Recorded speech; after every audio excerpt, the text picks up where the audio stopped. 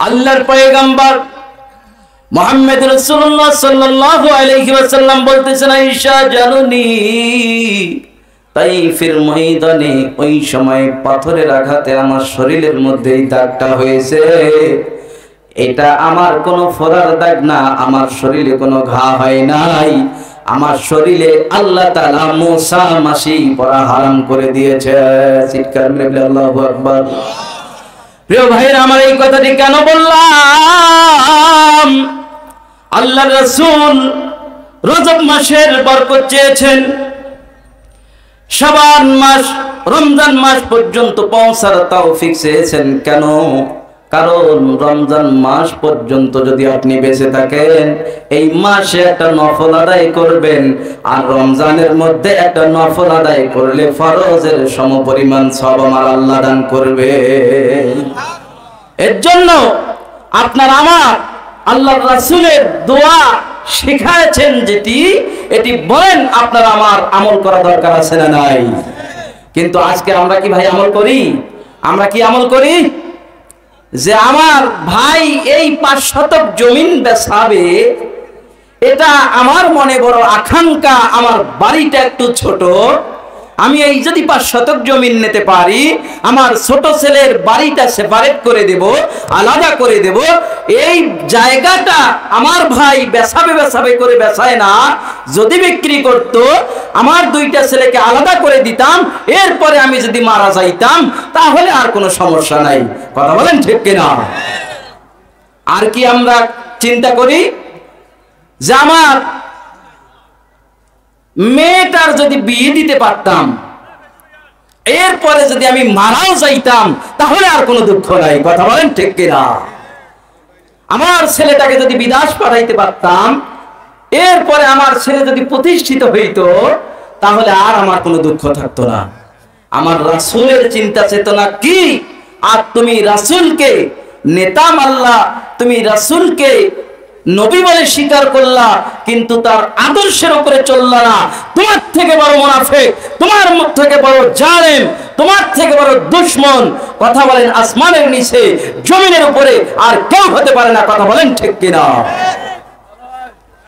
প্রিয় ভাইরা আমার, মা আয়েশা বলেন, রজব মাস এমন একটা মাস, আল্লাহ রাসূল সাল্লাল্লাহু আলাইহি ওয়াসাল্লাম শাবান মাস এবং রমজান মাস বাদে এই রজব মাসে এত রোজা রেখেছেন যা অন্য কোন মাসে আর রাখেন নাই।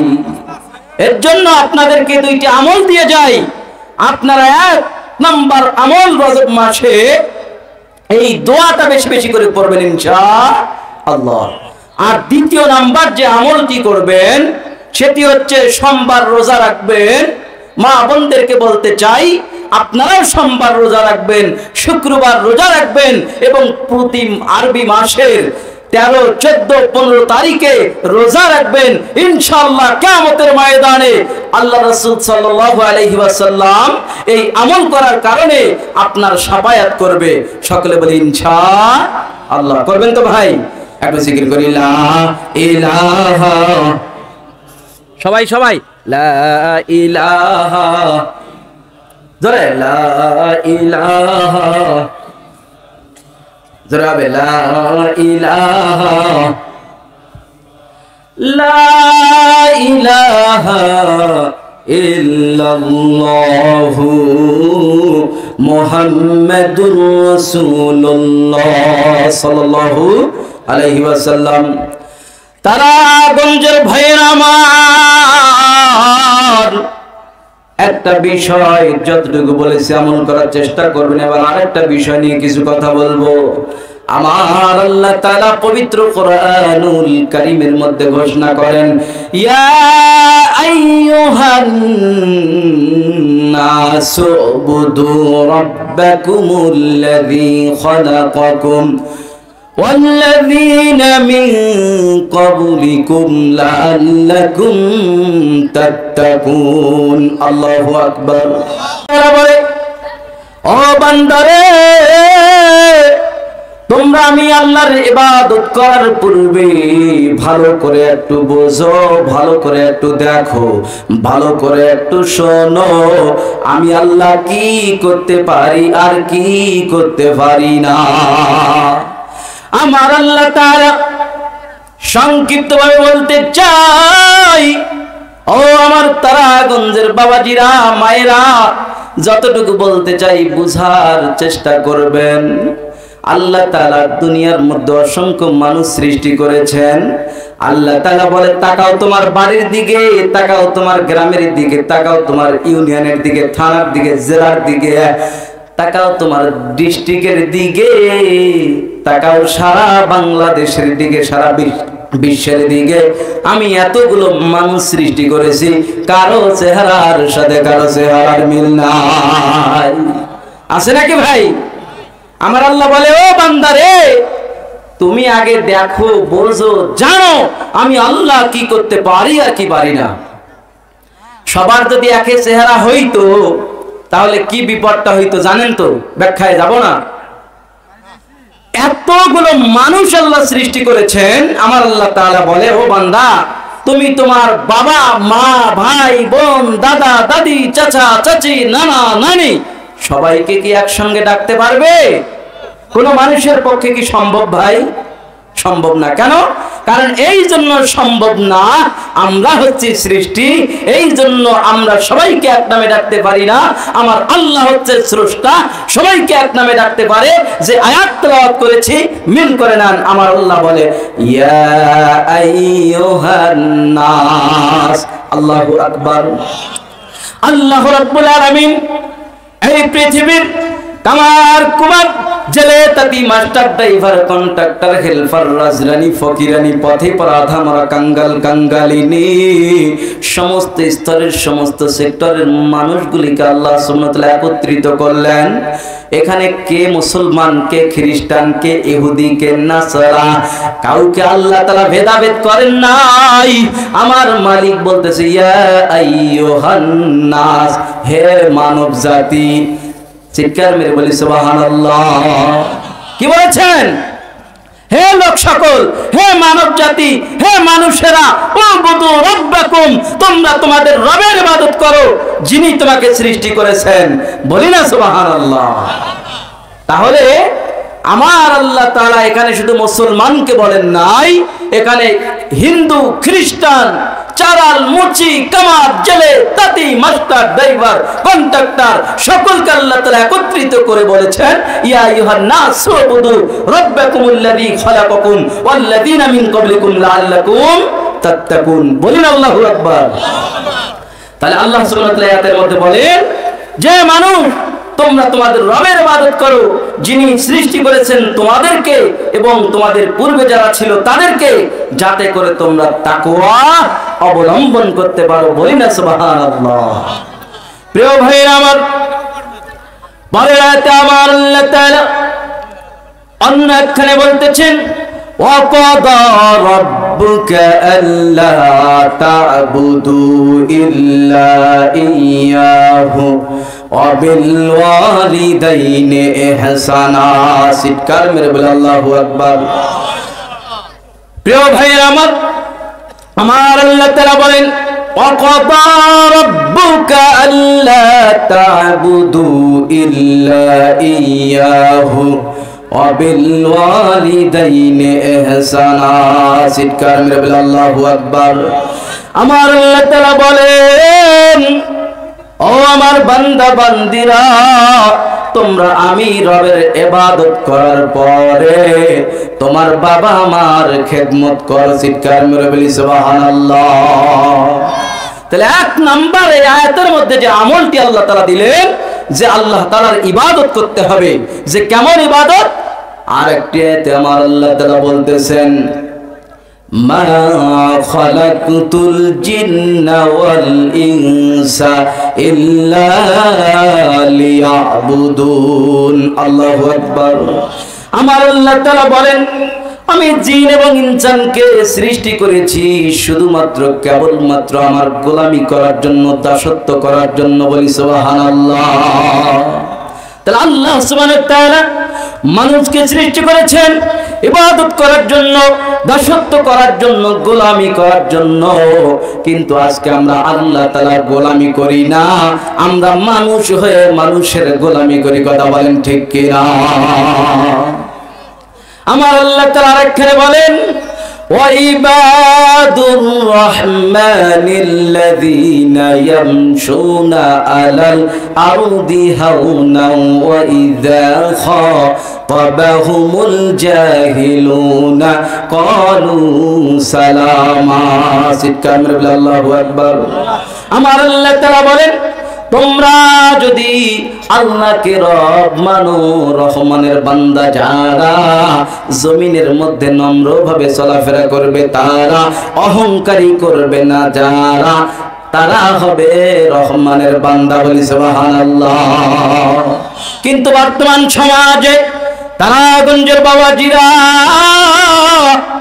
বলেন তো, বুকে হাত দিয়ে আপনার এলাকার মধ্যে অনেক যুবক ছেলে পেলে আছে, বলেন তো মুরব্বীদের সামনে সিগারেট টানে না না টানে? এই বাবারা কথা বলেন, টানে কি টানে না? আপনি বুকে হাত দিয়ে বলেন, আপনি মুরব্বী, আপনার এলাকায় অসংখ্য যুবক আছে, আপনি কয়জনের কাছ থেকে সালাম পান? পান কি ভাই? কেন পান না? হিসাব মিলান।